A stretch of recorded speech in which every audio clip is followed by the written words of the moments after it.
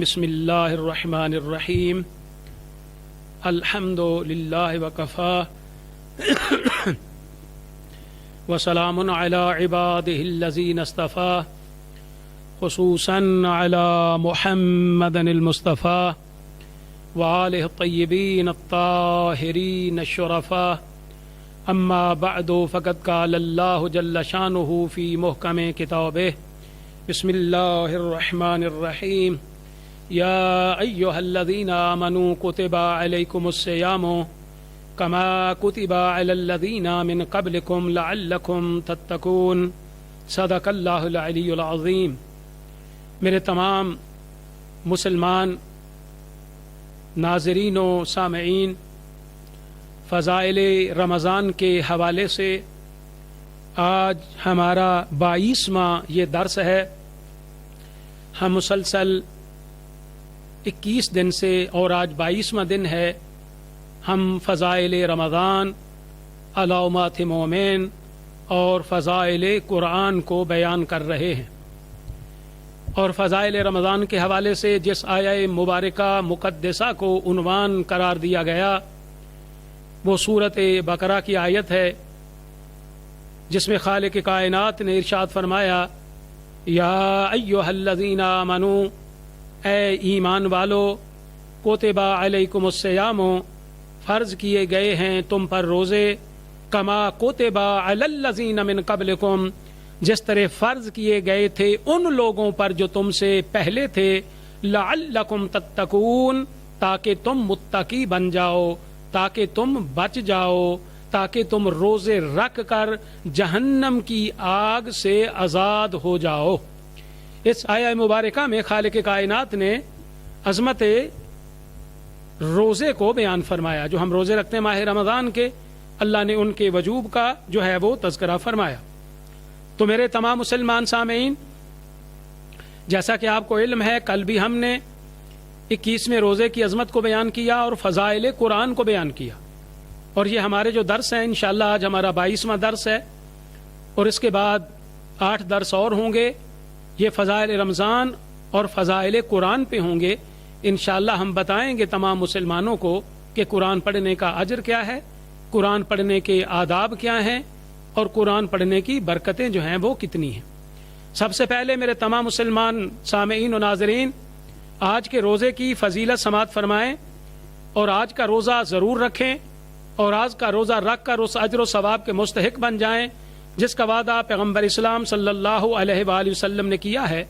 میرے آقا پیغمبر اسلام نے فرمایا کہ جو صاحب ایمان ماہ رمضان کا 22واں روزہ رکھے گا تو ملک الموت اس کی روح قبض کرنے کے لیے ایسے آئے گا جیسے وہ انبیاء کی روح کو قبض کرتا ہے۔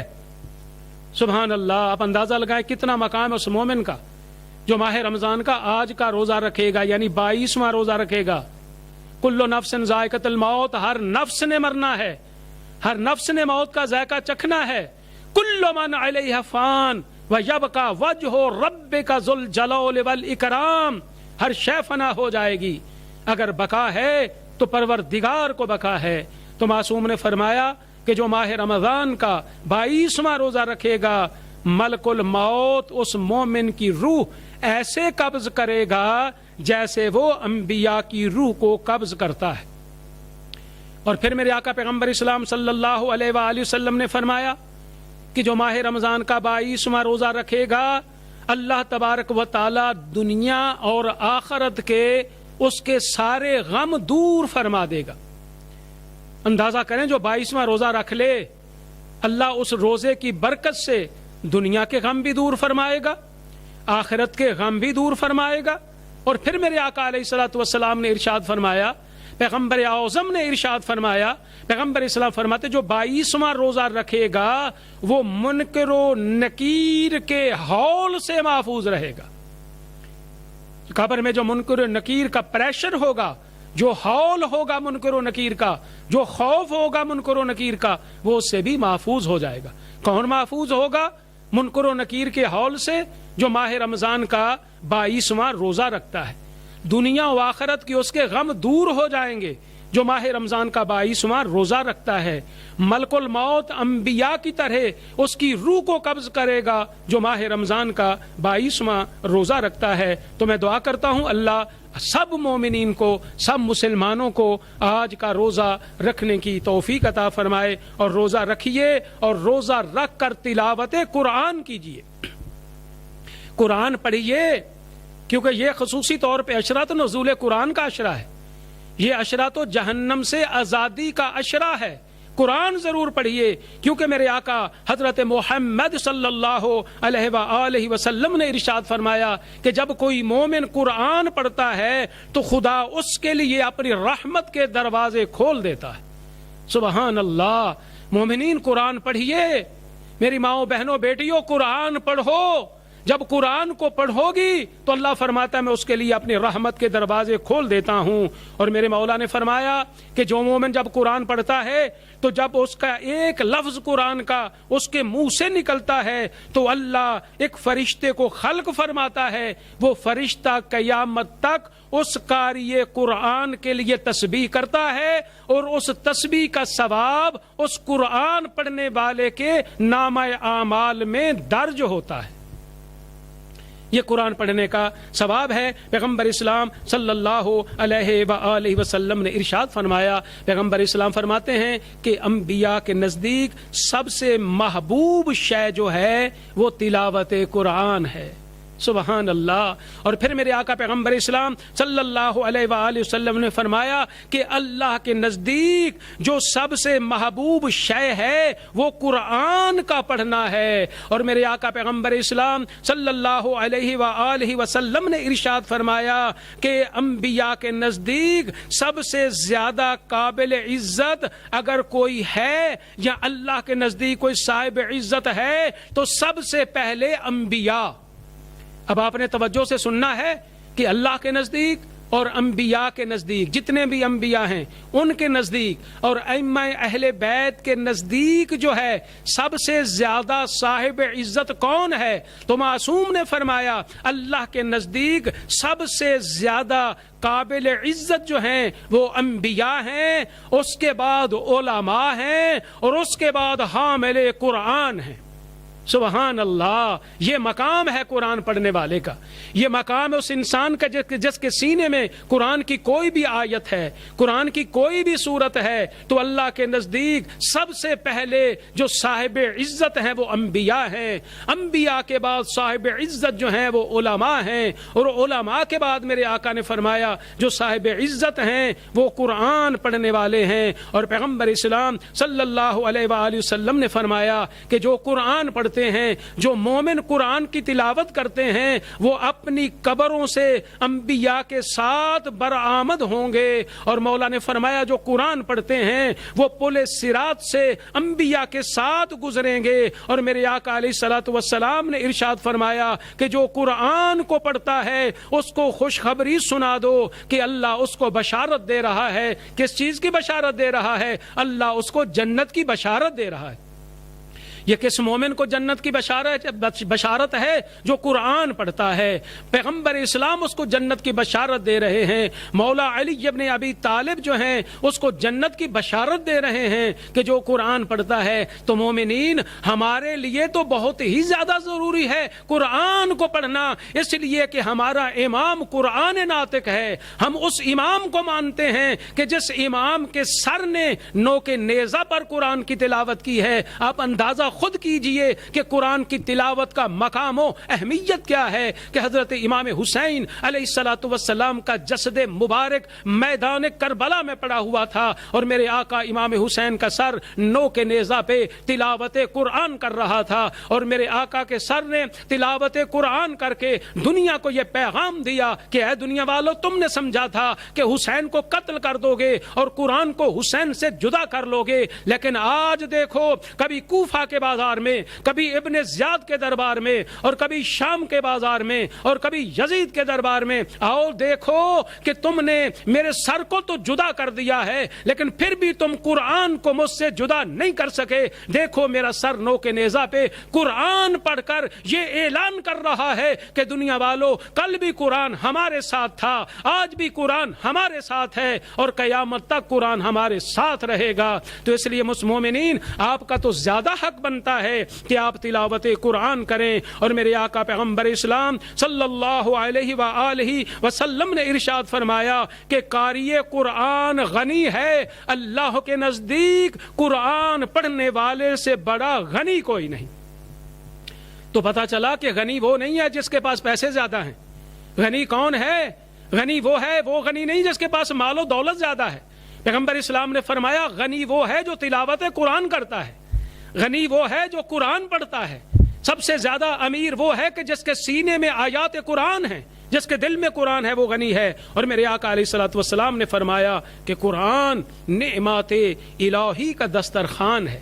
سبحان اللہ، قرآن کو پڑھو، قرآن نعمات الہی کا دسترخوان ہے۔ پیغمبر فرماتے جہاں تک تم کو استطاعت ہو، جتنا کہ تم پڑھ سکتے ہو قرآن کو پڑھا کرو۔ میرے آقا علیہ الصلوۃ والسلام نے فرمایا کیوں؟ اس لیے قرآن حبل اللہ ہے، قرآن نور مبین ہے، قرآن شفائے نافع ہے۔ سبحان اللہ، قرآن شفائے نافع ہے، قرآن ہر بیماری کی شفا ہے، یہ شفائے نافع ہے، اسے ضرور پڑھو۔ پیغمبر اسلام نے فرمایا قرآن نور مبین ہے، اس کی تلاوت ضرور کرو۔ یہ قرآن حبل اللہ ہے، اس کی تلاوت ضرور کرو۔ اور میرے آقا علیہ الصلوۃ والسلام نے ارشاد فرمایا اس لیے کہ اگر تم قرآن پڑھتے ہو تو ایک لفظ کے بدلے میں، ایک حرف کے بدلے میں اللہ تم کو 10 نیکیاں عطا فرماتا ہے اور 10 گناہوں کو معاف فرماتا ہے۔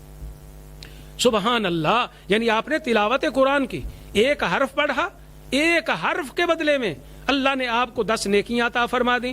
اللہ تبارک و تعالی نے مطلب ہے کہ تم کو 10 نیکیاں دے دیں اور 10 گناہوں کو معاف کر دیا۔ اور پیغمبر اسلام صلی اللہ علیہ وآلہ وسلم نے فرمایا اے لوگو، قرآن کی تلاوت کرو، اس لیے کہ قرآن سوائے خدا کے ہر شے سے افضل ہے، خدا کے سوا ہر شے سے افضل ہے قرآن۔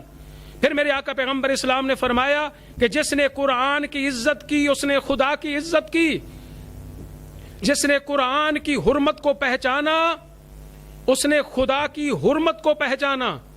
میرے آقا پیغمبر اسلام صلی اللہ علیہ وآلہ وسلم ارشاد فرماتے ہیں کہ حاملان قرآن اور علماء حقیقی، حق کے علماء جن کے سینوں میں علم قرآن ہے، وہ رحمت خدا سے گھرے ہوئے، جن کے وہ علماء حقیقی جو حق کے علماء ہیں، جن کے سینوں میں علم قرآن ہے۔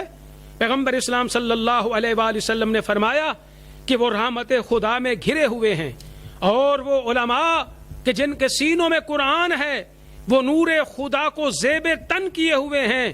پیغمبر اسلام صلی اللہ علیہ وآلہ وسلم نے عظمت قرآن کو بیان کرتے ہوئے ارشاد فرمایا اے مسلمانوں، قرآن خدا سے محبت کرو، قرآن خدا کی عزت کرو، اللہ تمہاری عزت کو زیادہ کرے گا۔ اللہ اکبر۔ مسلمانوں، اگر اپنی عزت میں اضافہ چاہتے ہو تو قرآن کی تلاوت کرو، قرآن کی عزت کرو۔ جب تم قرآن کی عزت کرو گے خدا تمہاری عزت کرے گا۔ اور پیغمبر اسلام صلی اللہ علیہ وآلہ وسلم ارشاد فرماتے ہیں کہ پھر اللہ تبارک و تعالی ایک تو خدا تمہاری عزت کو زیادہ کرے گا، اور دوسرا یہ ہے کہ جو قرآن کی عزت کرتا ہے، جو قرآن کی تلاوت کرتا ہے، جو قرآن کے حلال کو حلال سمجھتا ہے، قرآن کے حرام کو حرام سمجھتا ہے، اللہ فرماتا ہے ساری مخلوق سے زیادہ میں خدا اس سے محبت کرتا ہوں۔ کس سے اللہ سب سے زیادہ مخلوق میں محبت کرتا ہے؟ اس سے محبت کرتا ہے جو قرآن کی عزت کرتا ہے، قرآن کی تلاوت کرتا ہے، قرآن کے حلال کو حلال سمجھتا ہے اور قرآن کے حرام کو حرام سمجھتا ہے۔ اور پیغمبر اسلام صلی اللہ علیہ وآلہ وسلم نے ارشاد فرمایا کہ جو قرآن کو کان لگا کے سنتا ہے، جو کہ اللہ نے قرآن میں فرمایا کہ جب قرآن پڑھا جائے تو قرآن کو توجہ کے ساتھ سنو اور قرآن سے نصیحت کو حاصل کرو تاکہ تم پر رحم کیا جائے۔ تو پیغمبر اسلام فرماتے ہیں کہ جو قرآن کو توجہ کے ساتھ سنتا ہے، اللہ تبارک و تعالی دنیا اور آخرت کے تمام شروں کو اس سے دور فرما دیتا ہے۔ شر دنیا اور شر آخرت اس مومن سے دور ہو جاتی ہیں جو قرآن کو کان لگا کے سنتا ہے۔ اور پیغمبر اسلام صلی اللہ علیہ وآلہ وسلم نے فرمایا جو قرآن پڑھتا ہے اس سے آخرت کی بلائیں دور رہتی ہیں۔ کتاب اللہ کی ایک آیت کو کان لگا کر سننے والا بہتر ہے ایک سونے کا پہاڑ اللہ کے راستے میں دینے سے۔ اور پیغمبر اسلام صلی اللہ علیہ وآلہ وسلم نے فرمایا کہ قرآن کی آیات کو تلاوت کرنے والا جو ہے وہ عرش سے لے کر زمین تک اور زمین سے لے کر عرش تک سب سے زیادہ بہتر ہے جو قرآن کی تلاوت کرتا ہے۔ اور پیغمبر اسلام صلی اللہ علیہ وسلم نے فرمایا کہ اللہ کہتا ہے قرآن پڑھو، اس سے مدد چاہو، کیونکہ خدا ایسے دل کو عذاب نہیں دے گا جس دل میں قرآن ہوگا۔ تو میں دعا کرتا ہوں اللہ تبارک و تعالی ہم سب مسلمانوں کو تلاوت قرآن کرنے کی توفیق عطا فرمائے، اور اللہ تبارک و تعالی ہم سب مومنین کو تعلیمات قرآن پر عمل کرنے کی توفیق عطا فرمائے۔ وآخر دعوانا ان الحمد للہ رب العالمین۔